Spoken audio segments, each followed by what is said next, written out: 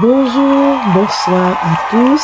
Mon nom est Rose Darius et pour cette troisième capsule, je vous invite à revenir à la table. Are y'all ready for this?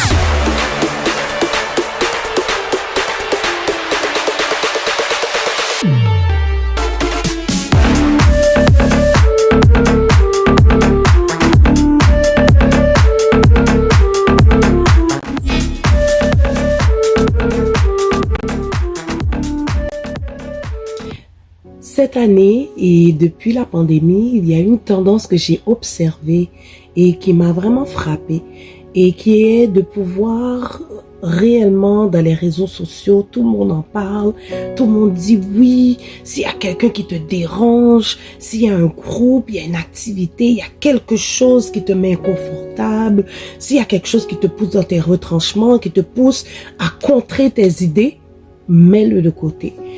Et vraiment, ça m'a marqué parce que j'ai remarqué qu'en 2023, avec la reprise de la vie courante, on revient au travail, on revient, en société et tout. Donc, on revient vraiment avec la socialisation qu'on avait auparavant et on se retrouve vraiment confronté parce que lorsqu'on était en pandémie, on était chez soi, on était vraiment bien, on était dans nos petites pantoufles, dans nos habitudes. Cependant, avec le fait qu'on doit retourner au travail, à l'école, retourner à l'église, retourner dans toutes nos activités, donc on se retrouve encore à pouvoir communier, être dans la socialisation, être vraiment ensemble. Et ça nous met inconfortable. Et j'ai remarqué que la tendance de cette année, c'était vraiment, s'il y a quelqu'un, vraiment, enlève-le. Débarrasse-toi des mauvaises ondes, débarrasse-toi vraiment de tout ce qui est négatif et abandonne vraiment ces choses, ces gens, ces activités, ces gens-là qui te disent que c'est négatif ou quoi que ce soit, mets-les de côté. Et ça m'a porté à réfléchir, à savoir que si tu dois te détacher de tout ce qui te met inconfortable, si tu dois abandonner tout ce qui te rend inconfortable, mais est-ce que tu as pensé que tous ceux qui sont autour de toi ne veulent pas forcément le mal pour toi? Et que des fois, dans la relation, c'est peut-être toi qui es toxique. Aujourd'hui, on va parler de la toxicité dans les relations. Il faut réaliser que parfois, la personne qui te pousse dans tes retranchements et qui voit plus pour toi, elle va te confronter. Des fois, elle voit ton potentiel, elle veut te pousser à aller plus loin. Elle veut que tu retournes aux études. Elle veut que tu puisses accomplir le projet que tu avais dans ta tête depuis des années. Elle veut que tu sortes de ton confort, de ta bulle. Donc, elle va te confronter. Et qu'est-ce qui arrive, c'est que on se rend pas compte des fois qu'on est dans la procrastination, on est à l'aise, on est bien, mais on a des habitudes qui peuvent nous pourrir la vie. On a des habitudes qui sont négatives pour nos vies. Mais si la personne te confond par rapport à ça et tout ce que tu vois là-dedans, c'est que, oh, la personne ne m'aime pas, oh, la personne ne veut pas mon bien, c'est toi qui perds. Parce que ce qui arrive, c'est qu'on ne s'en rend pas compte, hein, mais notre non-verbal parle pour nous. Des fois, lorsque nous parlons, lorsque nous disons, ou bien même un lapsus, peut réellement traduire la pensée vraiment profonde que tu as en toi. Et il y a quelques points que j'ai vus que j'aurais aimé partager avec vous. C'est-à-dire que des fois ton non-verbal, des fois ta pensée, la personne peut discerner chez toi de l'amertume. Ça paraît, toi tu dis, mais non, je suis correct.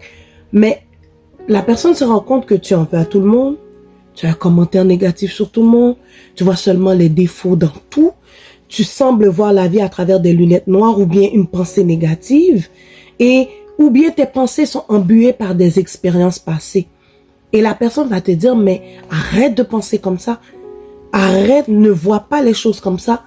Et la personne peut te dire que ce que tu dis, voilà qu'est-ce que ça représente. Et là, tu vas dire non, c'est pas vrai. Ce que tu dis, c'est parce que non, tu me vois négativement, tu penses vraiment que je suis négative. Non, c'est que la personne peut voir que la manière dont tu penses va t'emmener à pouvoir spiraler, va t'emmener à pouvoir aller vers le bas et elle te bloque avant que ça puisse arriver. Une autre chose, dans certaines paroles, on peut discerner qu'il y a de la colère. Pour un rien, tu t'emportes. Les gens ont peur de te parler, les gens évitent même de converser avec toi de peur de « Oh, bon, il est encore parti, elle est encore partie. » Mais c'est pas parce que la personne ne t'aime pas, mais c'est parce que la personne a discerné qu'il y a une colère latente en toi qui fait que n'importe quoi, pouf, tu pars. Et qu'il y a un mécanisme de défense qui fait que avant qu'on te blesse, tu blesses. Donc, ça, c'est un point que faut vraiment qu'on puisse réellement rentrer en introspection. Tu peux être une merveilleuse personne, avoir un cœur en or, mais les gens vont t'éviter à cause de ta colère. Une autre chose, c'est que tu peux avoir de la violence chez toi. Tu as vu la violence, ou tu as été victime de violence, ou il y a des racines, des choses qui te sont arrivées, et tu cherches des ennuis à tous ceux qui t'entourent. Il y a une malice ou il y a une agressivité latente. Tu es tranquille, mais à un moment donné, tu peux juste puncher quelqu'un, tu peux juste exploser. Et puis là, je parle pas de juste être en colère, je te parle d'exploser. Tu cherches des problèmes là où il y en a pas. Tu es prêt à te battre à la moindre occasion. Et ce qu'on réalise pas, c'est que tu dis à la personne, mais comment ça se fait que oh, un tel veut plus me parler, un tel veut plus être avec moi. Mais les gens ont peur. Les gens te craignent. Et c'est pas pour dire que, oh, la personne, oh, oui, elle m'a mise un peu de côté, donc, oh, delete. Non, c'est pas delete.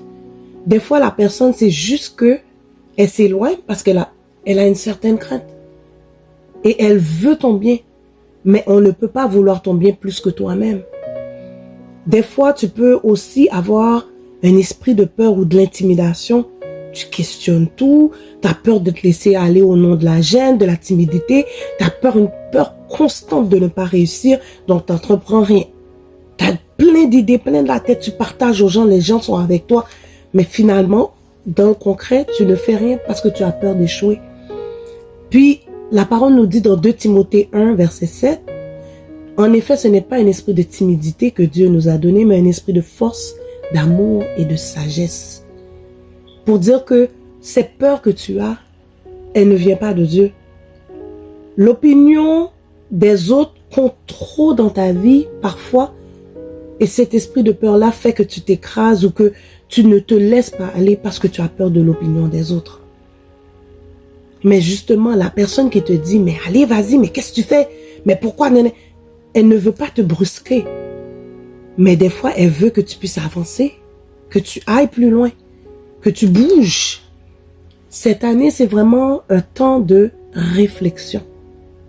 Et j'aimerais qu'on puisse réellement aller dans quelques pistes de réflexion en ce temps de retour à la table et d'introspection. J'aimerais que tu te poses la question, pourquoi j'agis comme je le fais? Et si tu penses que tout va bien, regarde autour de toi. Pourquoi j'agis? Qu'est-ce qui me motive? Est-ce que c'est les traumas de mon enfance? Est-ce que c'est les blessures que je n'ai pas encore guéries? S'il faut, retourne en prière pour savoir c'est quoi la source. Les mécanismes de défense que tu as et que tu emploies tout le temps, depuis si longtemps que tu penses que c'est ta personnalité. Des fois, on est tellement blessé et la blessure a été tellement profonde que les mécanismes de défense que tu vas avoir, tu es tellement habitué à les employer que tu ne vas même plus te rendre compte que c'est un mécanisme de défense. Parfois, c'est au travers de la prière que réellement Dieu va te dire non, tu agis comme ça à cause de ça. Personnellement, moi, ça m'est déjà arrivé où est-ce que j'avais une manière d'agir et le Saint-Esprit m'a dit non, ça, ce n'est pas bien. Et ça vient de tel événement qui s'est passé. Et j'ai fait, waouh. Des fois, il faut vraiment chercher la source. Chercher le petit de dire, mais j'ai réagi comme ça. Mais pourquoi? J'ai réagi comme ça. Il y a quelque chose en dedans de moi qui me dit, c'est pas bien. Mais pourquoi?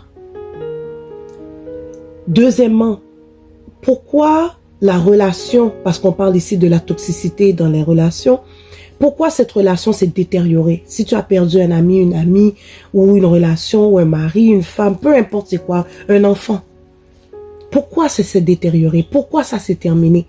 Est-ce que j'ai mis les efforts nécessaires pour la réussite de cette relation? Si oui, gloire à Dieu, prie encore. Mais sinon,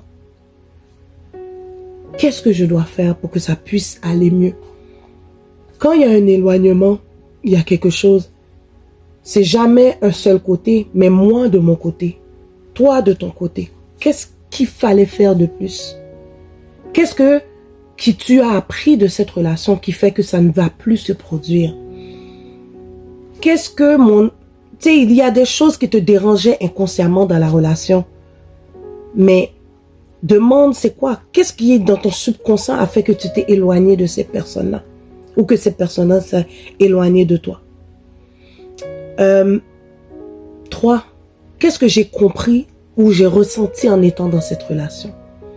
Est-ce que tu te sentais apprécié à ta juste valeur? Ou vraiment tu te sentais comme si on te prenait comme un bouche-trou? Est-ce que tu te sentais utilisé? Est-ce que tu te sentais écouté dans cette relation? Pose-toi la question. Qu'est-ce qui a fait que tu es rentré dans cette amitié, dans cette relation? Et même quand on parle de famille, on parle souvent de famille. La famille, oui, il y a le sang, mais la famille, ça peut être aussi quelqu'un que tu as choisi comme un ami, une amie que tu considères comme ta famille. Qu'est-ce qui a fait que tu es rentré dans cette relation-là? Est-ce que c'est la solitude? Est-ce que c'est l'ennui? Est-ce que c'est l'âge? Est-ce que c'est la dépendance affective? Cherche. Retourne à la table à dessin. Retourne voir c'est quoi. Et demande-toi en 5e point, qu'est-ce qui m'a bloqué jusqu'à maintenant?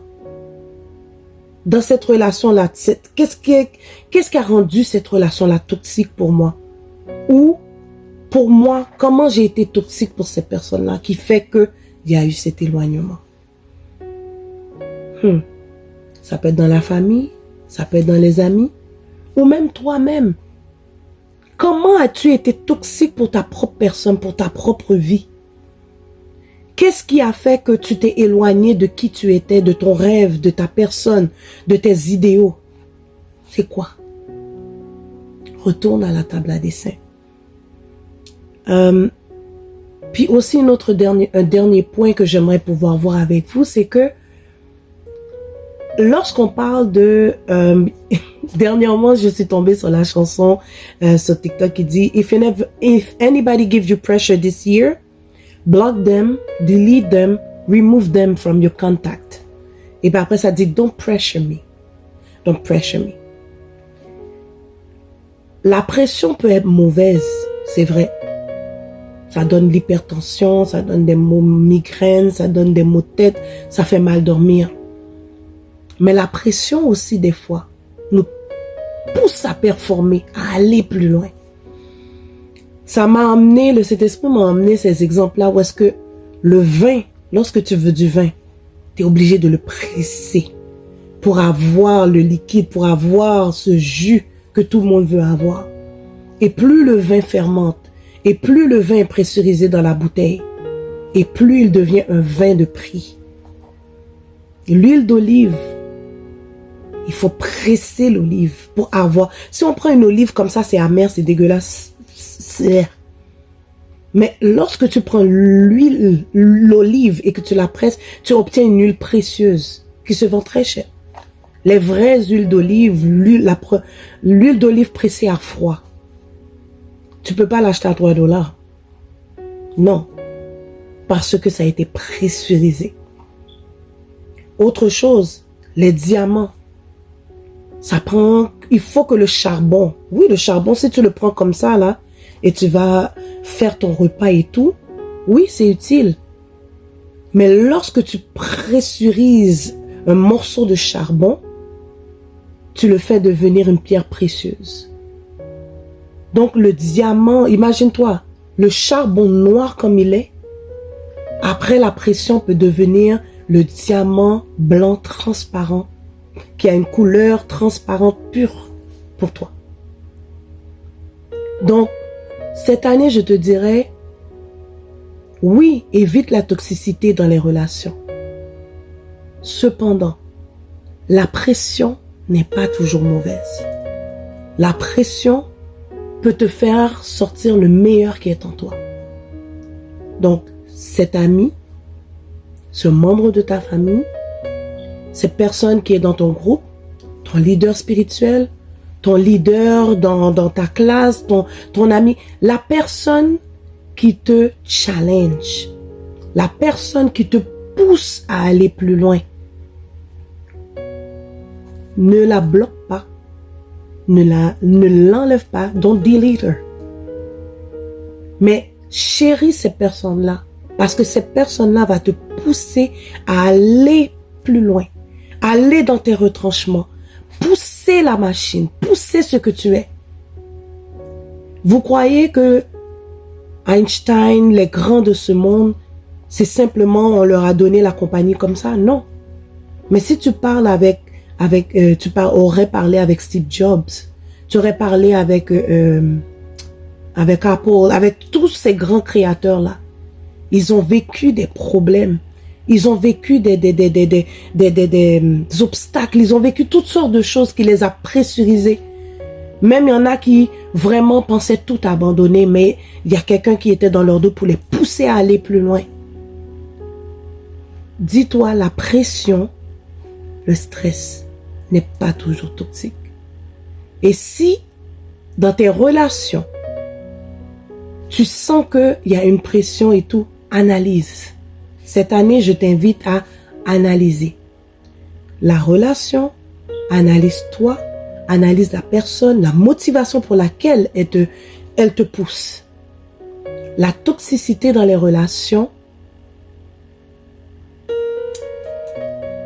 Aujourd'hui, on dit que tout est toxique. Oh, ça c'est toxique. Aujourd'hui, c'est bon, demain, c'est pas bon. Mais analyse. Cherche à savoir. Cherche le but, cherche la racine. Cette année, je nous invite à retourner à la table. Bonne journée et à la prochaine.